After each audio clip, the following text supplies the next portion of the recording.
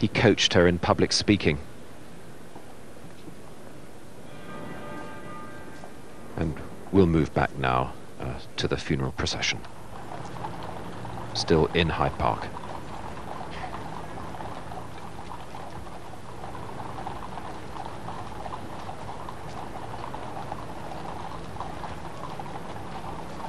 And I said Sir Richard Attenborough, he's of course Lord Attenborough now. I'm sure he'll forgive that.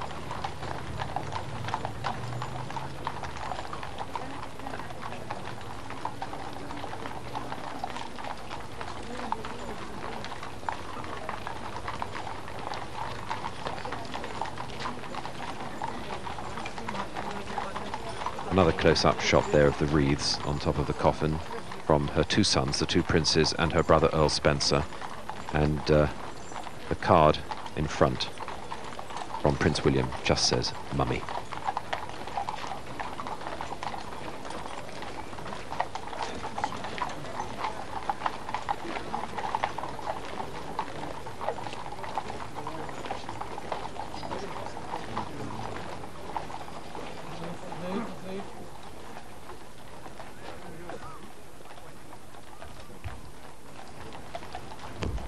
Sorry.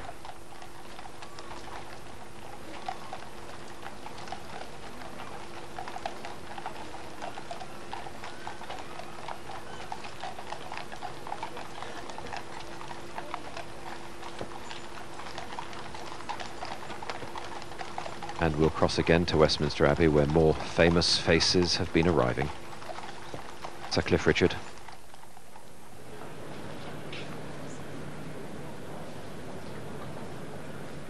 And from the world of Hollywood. In just a second, we see Tom Hanks on the left there, walking alongside Steven Spielberg.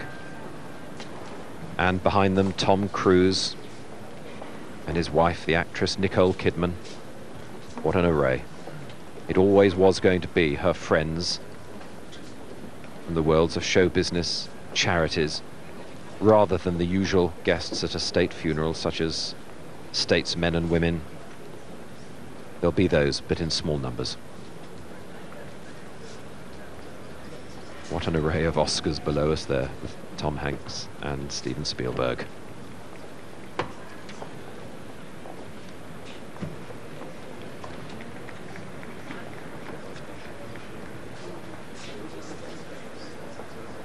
And Lady Thatcher, with her husband Dennis, the first of the former Prime Ministers that we're going to see today. So Edward Heath is also invited, and Lord Callaghan.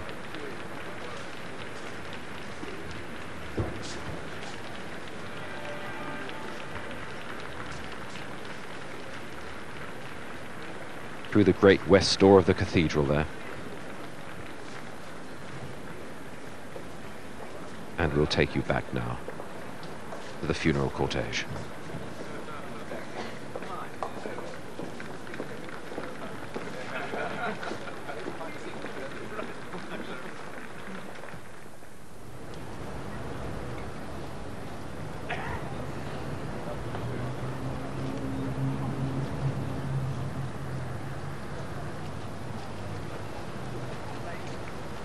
And still just the sound of silence.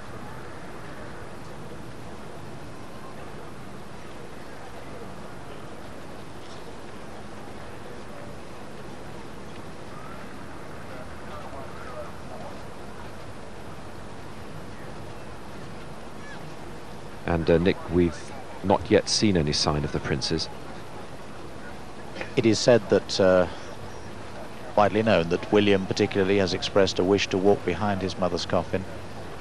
Probably Harry too, and after what we saw yesterday of those young men comporting themselves with such enormous dignity and composure among the crowds, it's widely expected they will do so, probably joining the cortege at St James's Palace, when it will also be joined by the representatives of the many charities that the princess was involved in.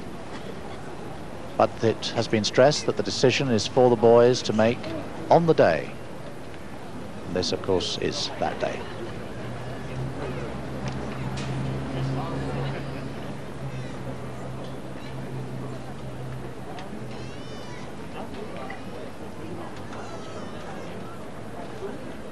Occasionally glimpse people in the park running along behind the rest of the crowd to catch further glimpses, but for most people it's just a matter of standing in a position they've probably been in for hours and watching it go past. It's so slow, bags of time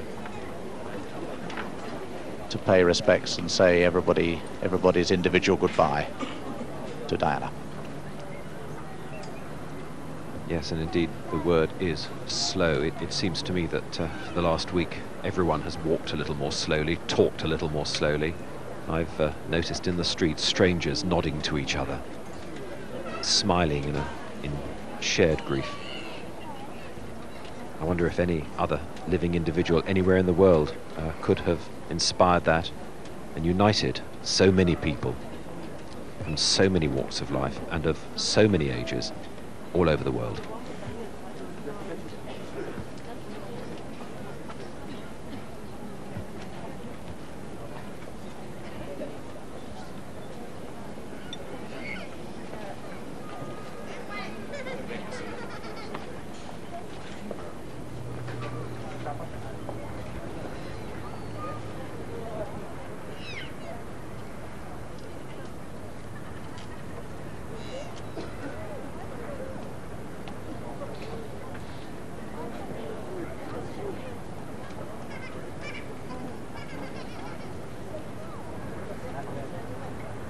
We're going to cross to Buckingham Palace, where the flowers, look at them, pressed up against the gates there, and crowds waiting for the gun carriage to come to the right of the palace there along Constitution Hill.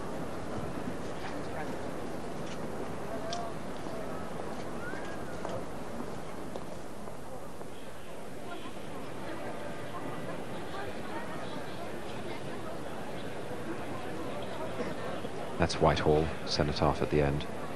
People just waiting silently.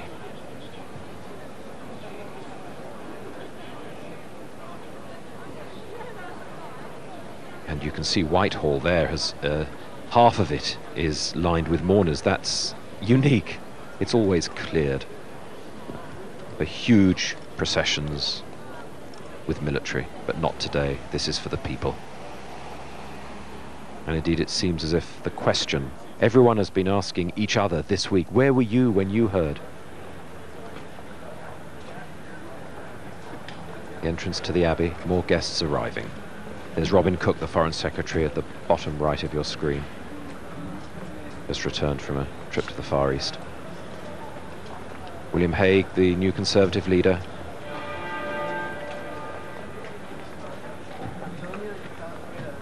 And his fiancée Fionn Jenkins to his right.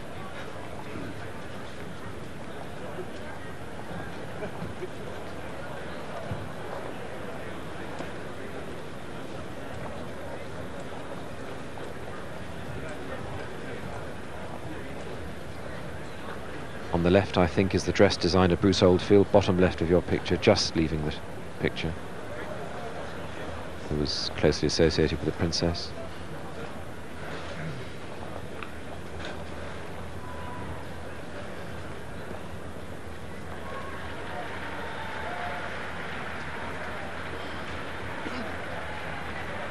Members of her charities, several hundred of the mourners in the Abbey will be members of the 100 or so charities that she was involved with.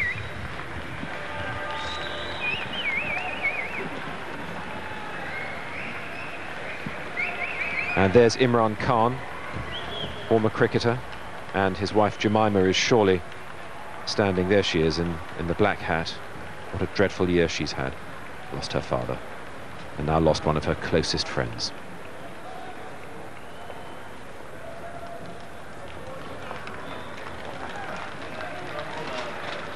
And Richard Branson,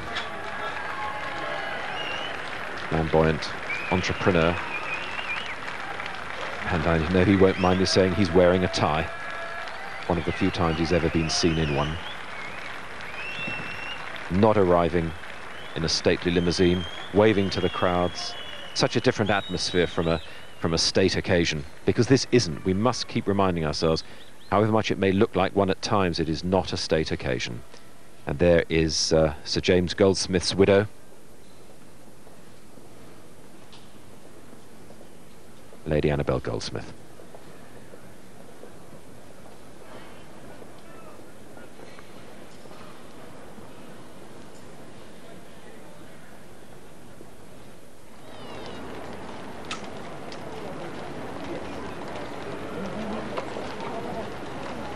And I was saying before we moved into the Abbey that the question people are asking is, where were you when you heard? And for so many it seems the answer is that they heard in the early hours of the morning, and they heard that Dodi Fayed had died and that the princess had been slightly injured and had walked away from the crash. And they went to sleep. Sad that Dodi was dead, grateful that the princess had survived, and then they woke up a few hours later to the dreadful news.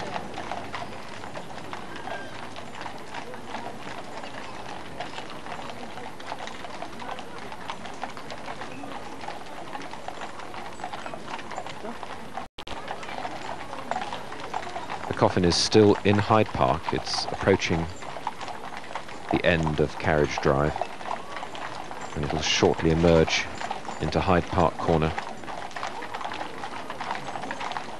Such familiar names and familiar scenes to any Londoner.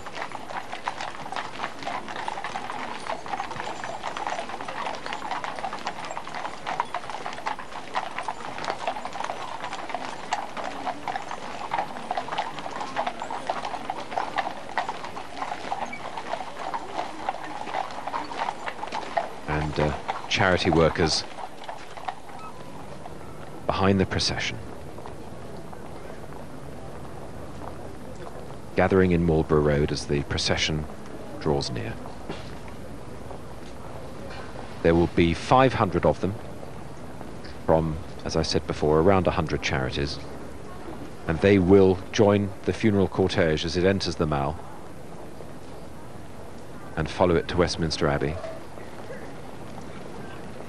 And they've been encouraged to dress as they wish. They don't have to be formal. You'll see T-shirts among them. There's one.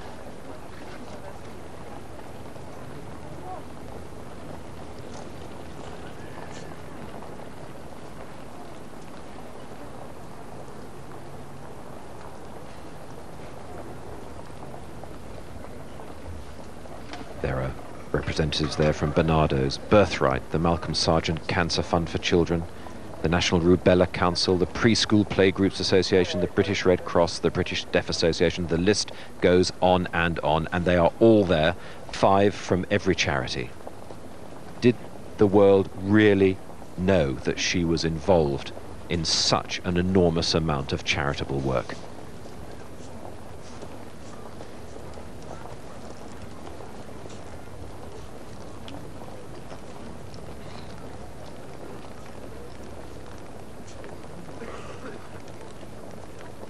Such an informal, unofficial gathering as they move into place to join the procession. The Mall has never seen a scene like this.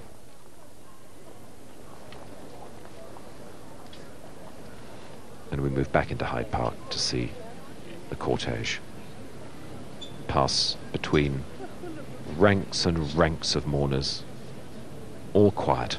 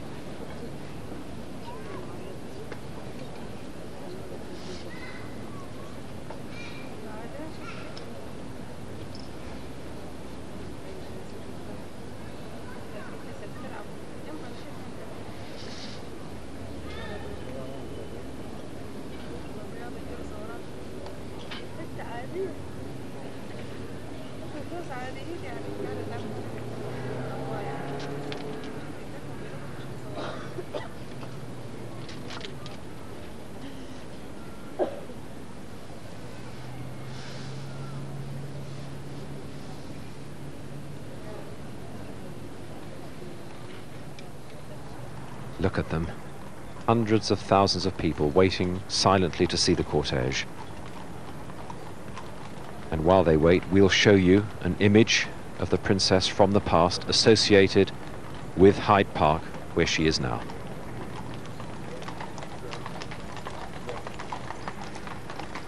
This is 1991. Who can forget the teeming, pouring rain when the princess joined 100,000 people in Hyde Park to hear the great Italian tenor Luciano Pavarotti perform. There he is on the left, and he is going to be at today's funeral. He said, first of all, he couldn't face it because it was too emotional, but he will be there, though he won't sing. And he called Diana a symbol of the modern woman, sweet and intelligent, yet with a regal manner.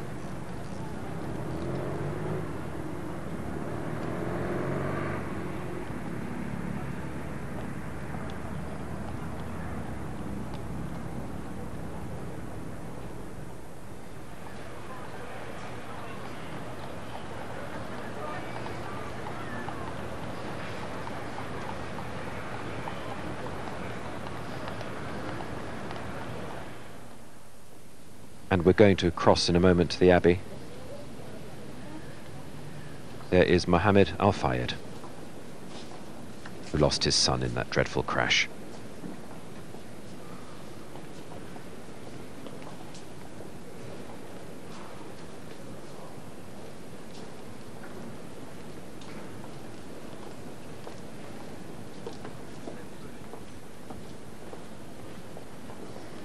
Mohammed Al-Fayed said that he'd had a long message of condolence from the Queen, for which he was deeply grateful, and we must remember the others who died, not only Dodi Fayed, but the driver of that car.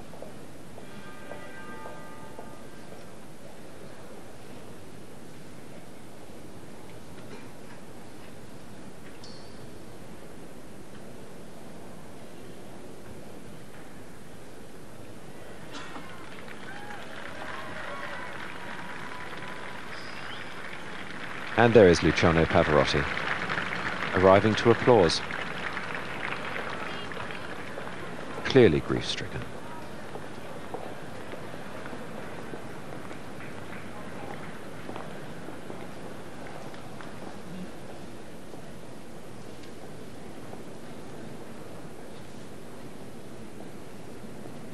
Not a face one has often seen of Luciano Pavarotti. No smile. No joviality.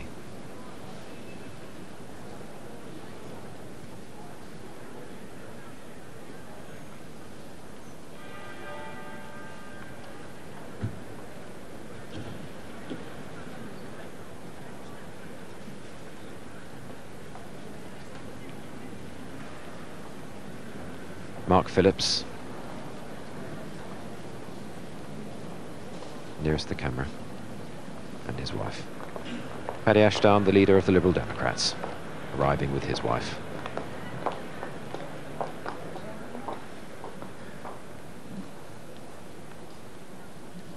And just behind him, Lord Steele and his wife.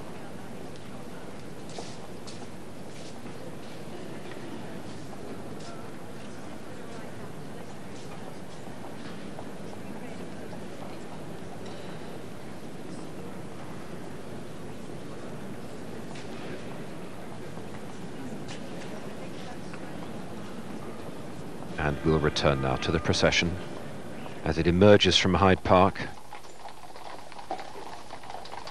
and approaches Hyde Park Corner.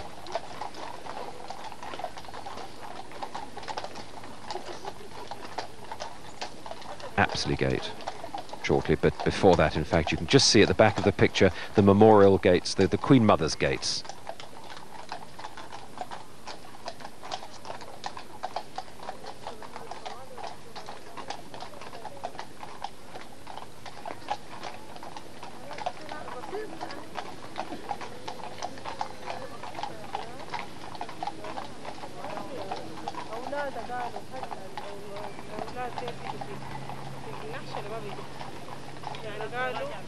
Crowd surging along in the background to keep up with the cortege.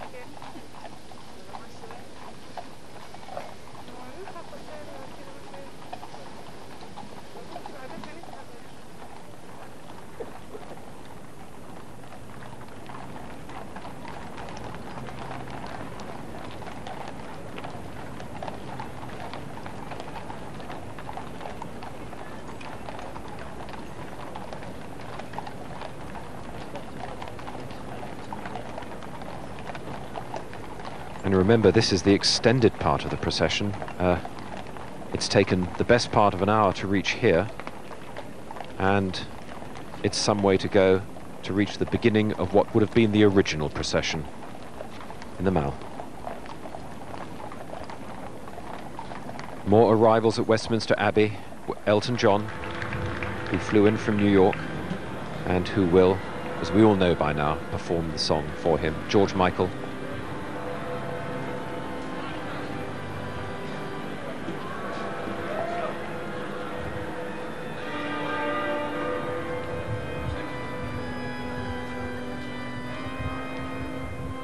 That's his companion David Furnish behind Elton John, George Michael there. And the song that he wrote for Marilyn Monroe that has been reworded, Goodbye England's Rose.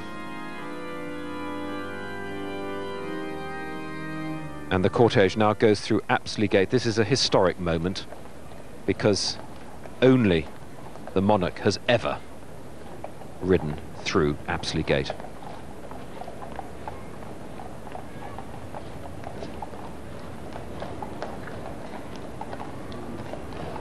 Across Hyde Park Corner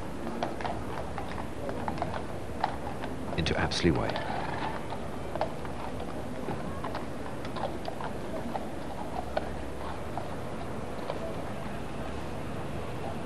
On top of the gate there, the winged chariot that once bore a statue to the Duke of Wellington after his famous victory at Waterloo.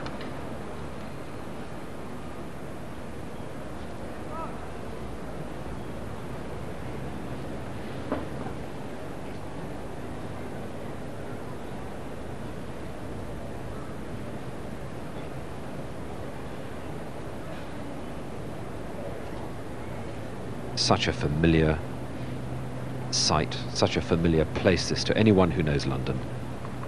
Normally thronging with traffic, a notorious black spot even for traffic jams, one of the busiest junctions in the capital. And now, just silent.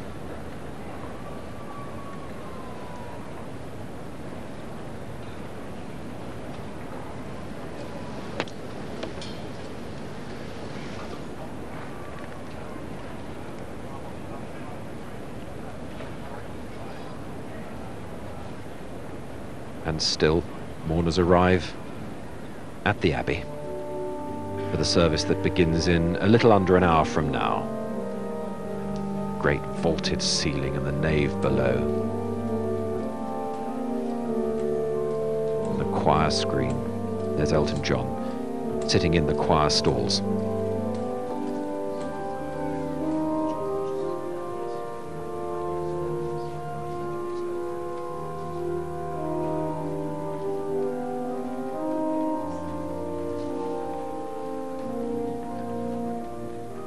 Henry Kissinger next to Lord Snowdon, Earl Snowdon.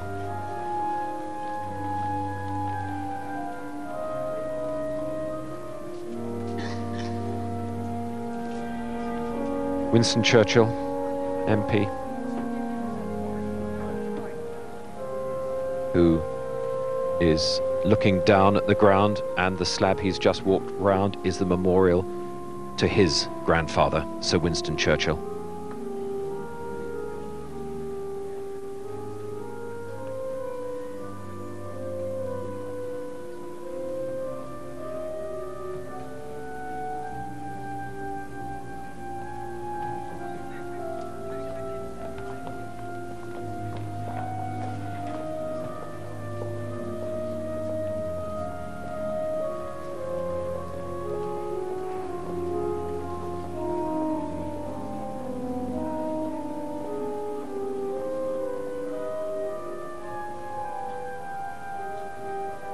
We're seeing more members of the government arriving there.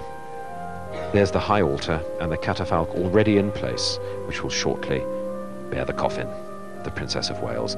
To the right of it, as we look at the picture, the royal family will sit. To the left of it, the Spencer family, all facing inwards.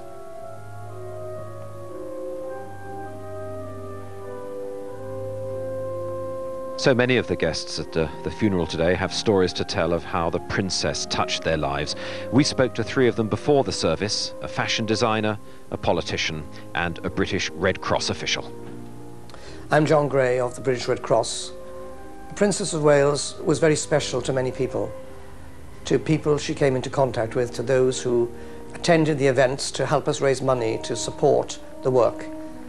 For 15 years she gave so much to the British Red Cross, and for the last 18 months in particular, Diana, Princess of Wales, gave much of her time to help the victims of anti-personnel landmines. We are grateful. We want to say thank you, and we will remember her forever. I'm Elizabeth Emanuel. With David, my husband, I designed the Princess of Wales wedding dress. My memories of her: she was a very special person, and she was a unique person. She touched so many people's lives. She took away people's fear. She showed them love. Everybody who came into contact with her loved her. This is Jeffrey Archer. I remember the first time I saw her, being amazed that she was actually as beautiful as her photographs. And then when meeting her, that she was as relaxed and easy to talk to as everyone had said. I'm not sure in my lifetime we will see the like of her again. Words echoed on a million bouquets as we see the Prime Minister and his wife. Tony and Cherie Blair arrive, and the Prime Minister will read a lesson during the service.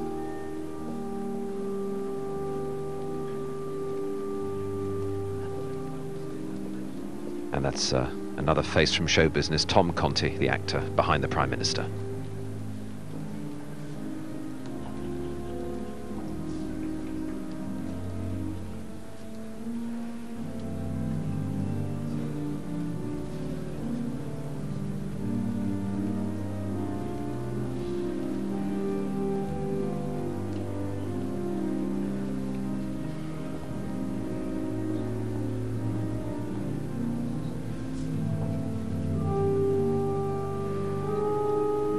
We're looking through the choir screen now, back towards the great west door of the Abbey. And it's in the nave there that we're looking at that the majority of the mourners will be sitting. And this is the other side of it, the choir stalls where the choir and, if you like, the VIPs will be sitting.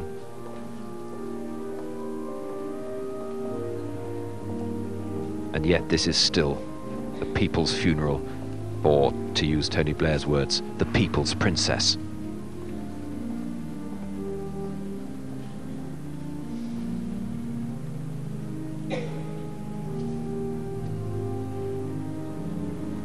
Tony Blair taking his place in a stall at the back of the choir.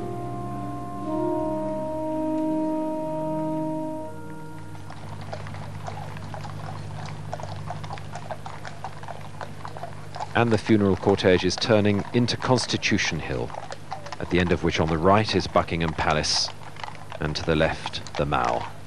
And at that point, the procession will take up its original route. And it's an hour now since it left, and still the people crowd the route and silently remember.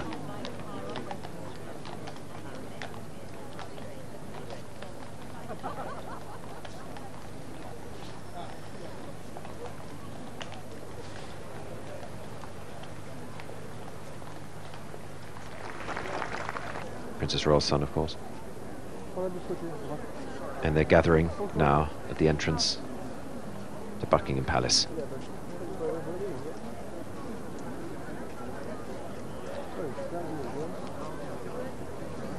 This is such an informal occasion. The word Diana on a huge banner on the gate, and no one said that mustn't be there. You don't put posters or banners on the gates of Buckingham Palace. Diana of love. What a wonderful epitaph. Standing right in the front, the young princesses, Princess Beatrice of York and Princess Eugenie of York. But we're back now, looking at the faces of ordinary people among the crowd.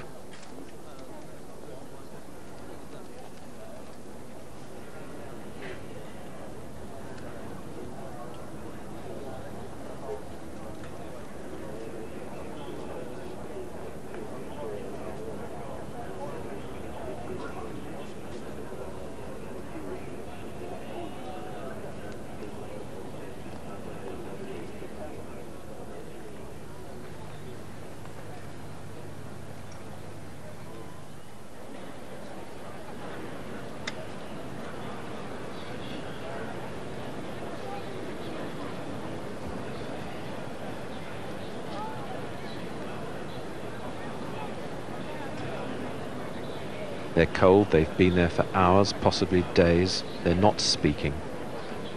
They're just remembering.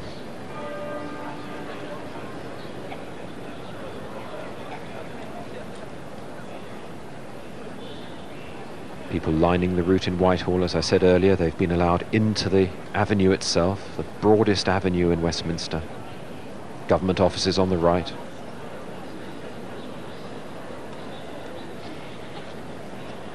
Look at that. Look at the crowds.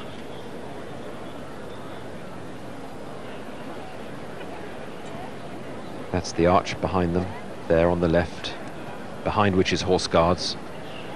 And the coffin will come through that arch and turn to its right, away from those people on the right. And we'll return to Buckingham Palace to see the Queen, Princess Margaret, Prince Edward behind, the Princess Royal on the left. It's a roll call of royalty. You don't need me to identify them for you, but look at them standing there in front of the gate of Buckingham Palace. A sight that no one has seen before because it hasn't happened before. As you said, John, utterly unprecedented. We expect somehow to see the Queen and her family up on that balcony.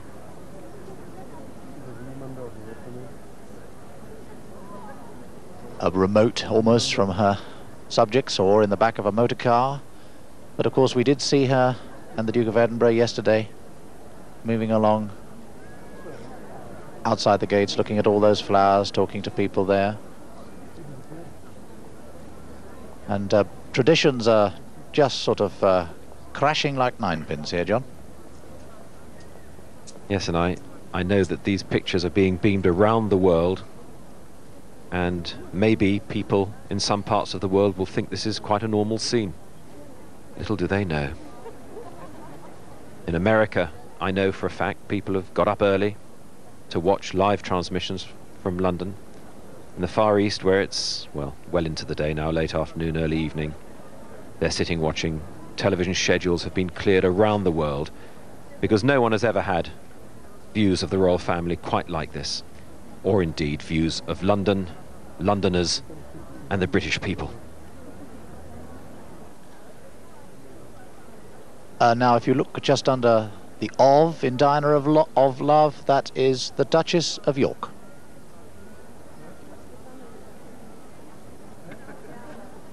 She, of course, and Diana are great friends at times.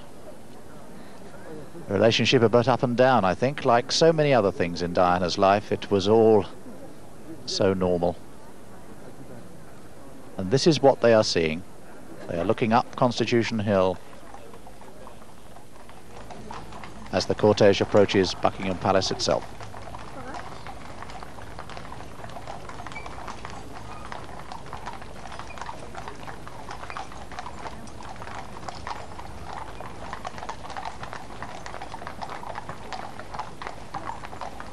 Just the sound of horses' hooves and sunlight dappling through the leaves on a perfect early autumn morning here in London. Soldiers from the 1st Regiment, 1st Battalion, the Welsh Guards, chosen as the bearer party at Westminster Abbey.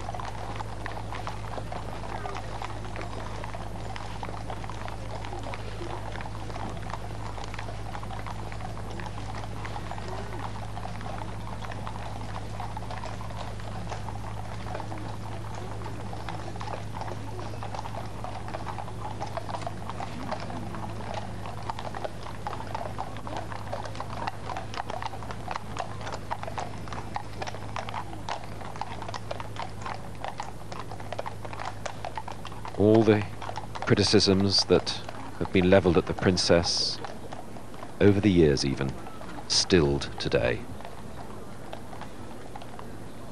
And the criticism, of course, of the royal family itself this week. I think that all seems like ancient history already. These people are waiting to see the people's princess pass by on her last journey, and the royal family are at the gates of Buckingham Palace waiting to do exactly the same thing. All sharing. Everybody feels the same.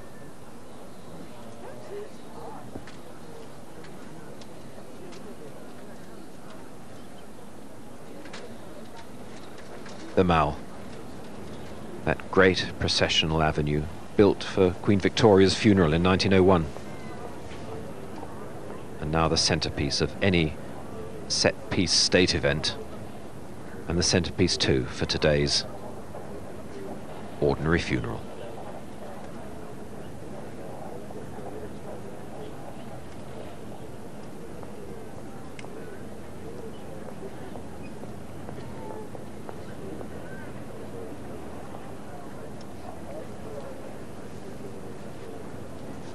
And at the Abbey, Hillary Clinton, wife of the President, arriving to applause.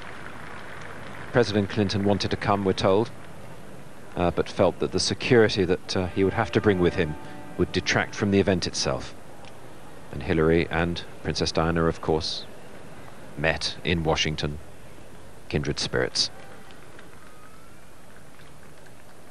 And we'll return to the funeral cortege as it approaches Canada Gate to the side of Buckingham Palace. That's the pillar on the left of your screen of Buckingham Palace, and you can see the end of the row of flowers lying in front of the gate.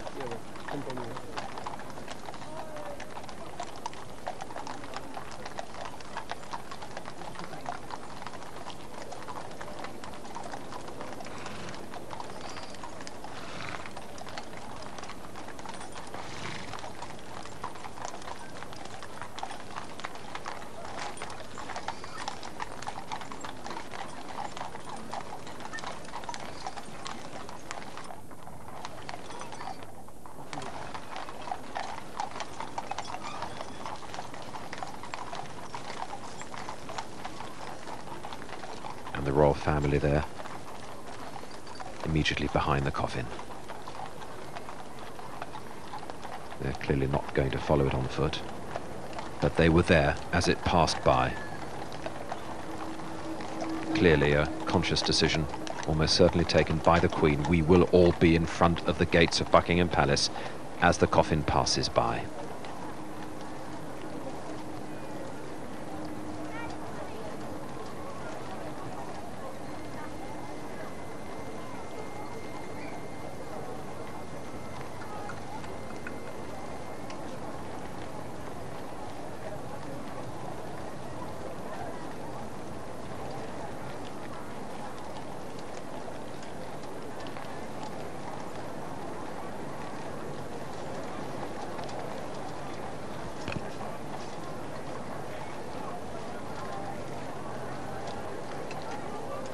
And the route still to come, we'll take it along the Mall. There it is, right at the end, Buckingham Palace, and immediately in front of it the monument to Queen Victoria, known as the wedding cake, because that's what it looks like. And the cortege is at this moment moving round it. Such familiar scenes there at the end of the Mall to anyone who has ever seen the changing of the guard of Buckingham Palace. Millions around the world treasure the scene. And let's move to Hyde Park, where thousands are watching, goodness, hundreds of thousands are watching the cortege on giant television screens. Look at that. On the first of those reeds, just saying, Just a sea of people. money.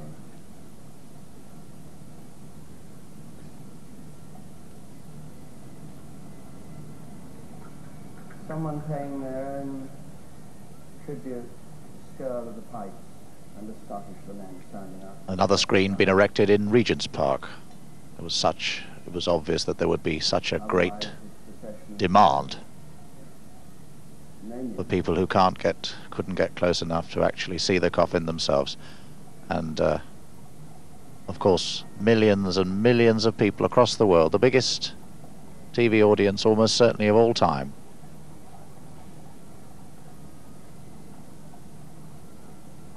The biggest TV audience of all time, as I said, watching what you are watching now.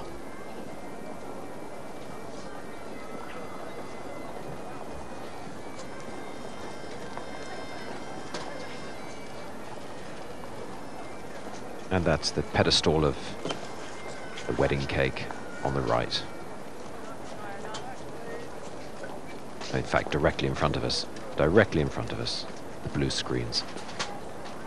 As the cortege now turns into the Mall.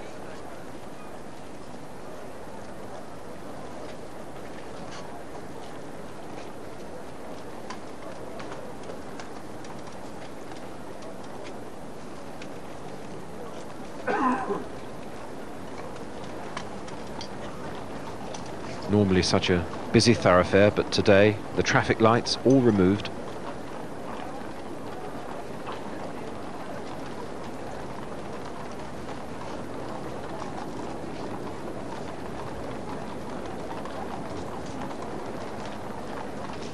And the royal family will now be going back into Buckingham Palace and getting into cars to drive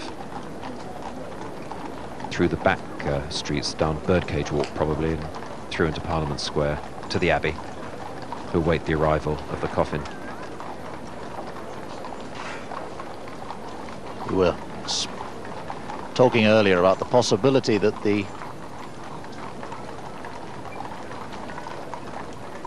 And Nick, if I can interrupt you, here come the chief mourners, Prince Charles and his sons, Prince William and Prince Harry, and on the right, Earl Spencer, emerging from St James's Palace, Duke of Edinburgh behind Earl Spencer. when I saw the gates of Buckingham Palace, I should have thought of it. He, of course, going to walk to, a gentleman of 75 years old.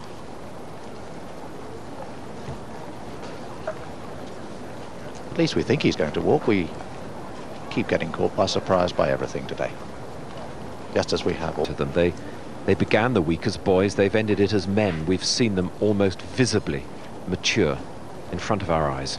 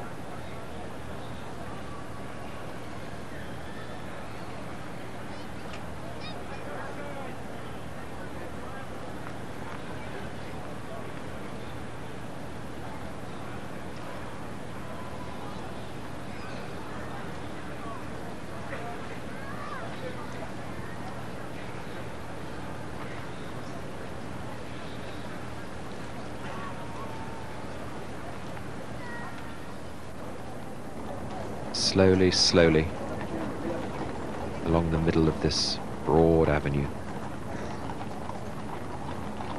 So slowly.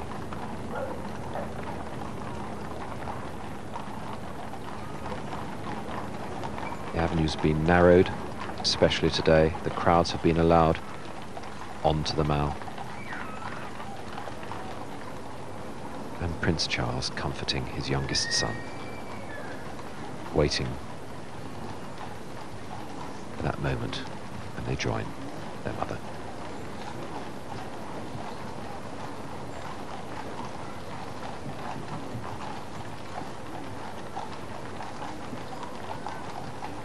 And how often we saw Princess Diana hold her head at the same angle that her eldest son is holding it now. He's so like her.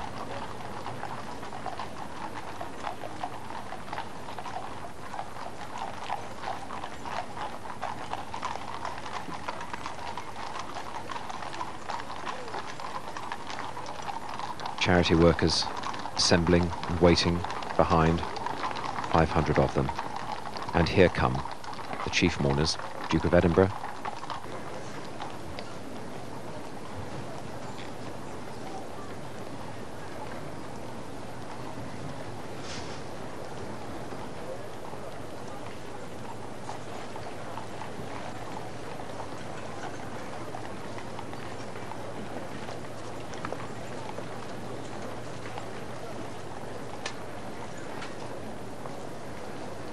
there are the charity workers.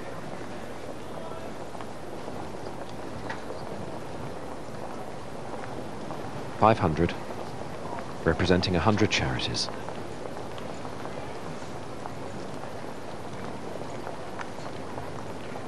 The disadvantaged of society whom the princess championed.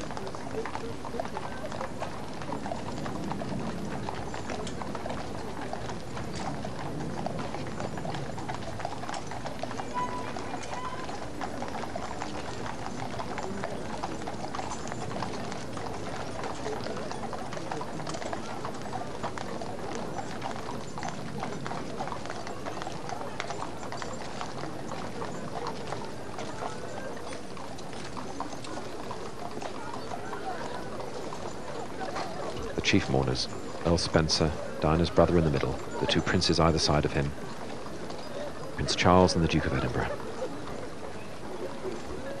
As for the princess,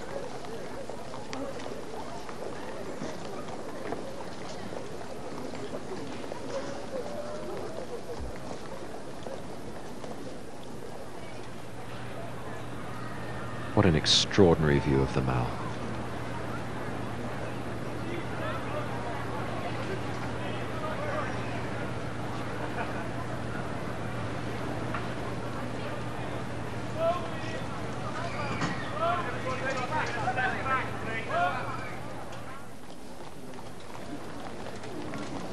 Tommy's campaign, the sash proudly says.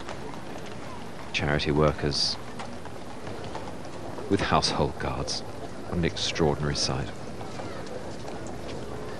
T-shirts, sweatshirts. Ordinary people marching along the Mall with royalty. Wouldn't the princess have loved to see that?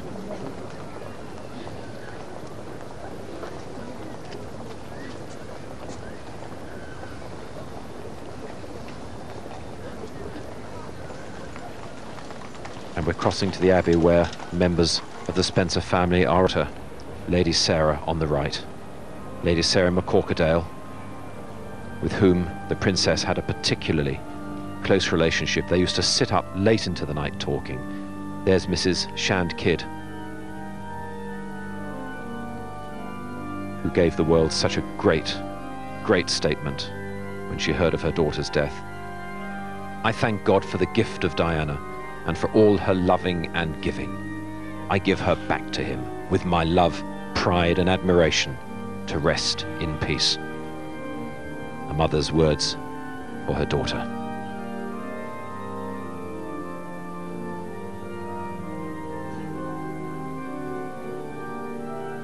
On either side of her, her two daughters, Lady Jane and Lady Sarah.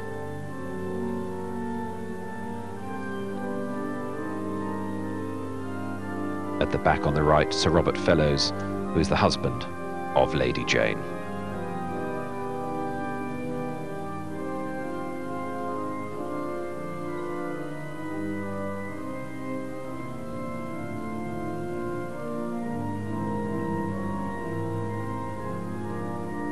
And we rejoin the procession. In the Mall,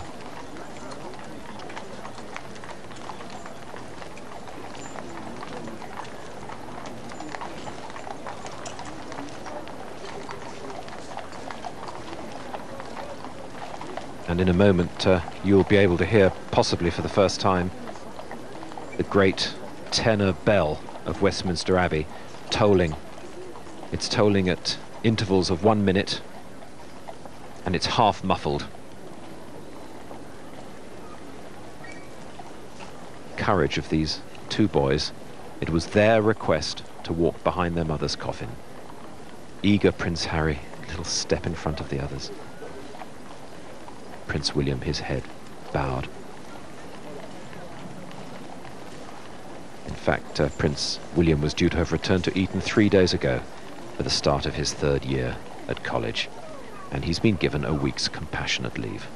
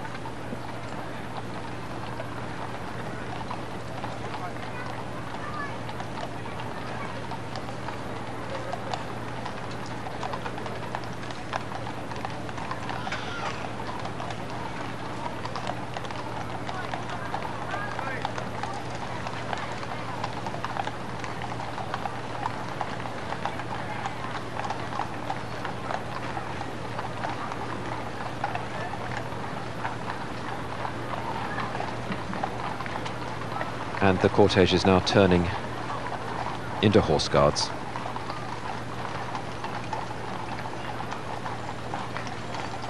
In a moment it'll pass on its left the Citadel.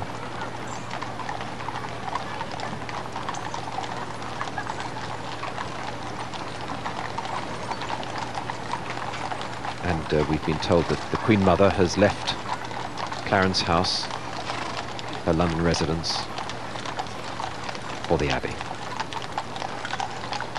The Citadel, as I was saying, the wartime communications centre, massive structure.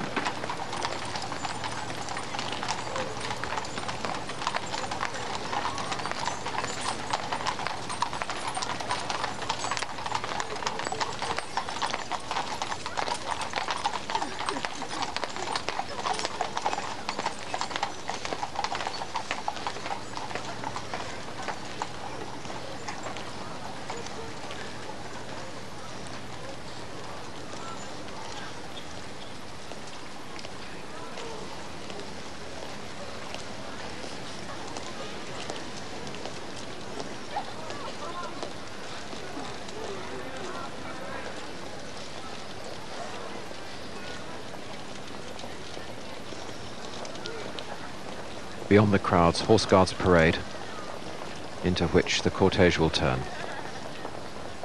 This, as we said earlier, is the traditional processional route of monarchs through the centuries. It takes in all the London palaces, Buckingham Palace, St James's Palace, and soon Whitehall Palace, and then the Palace of Westminster.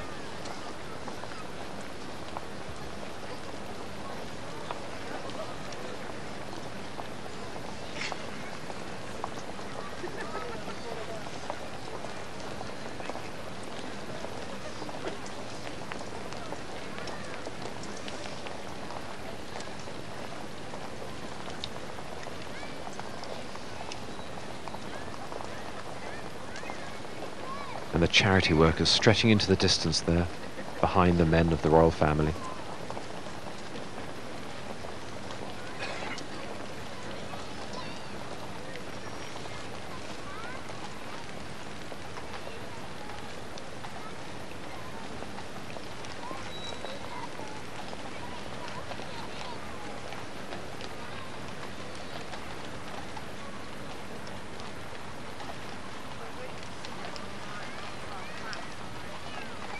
Absolutely, I think the whole country would think that. So much talk about Prince William being so tall. Tall he is. In the background there, the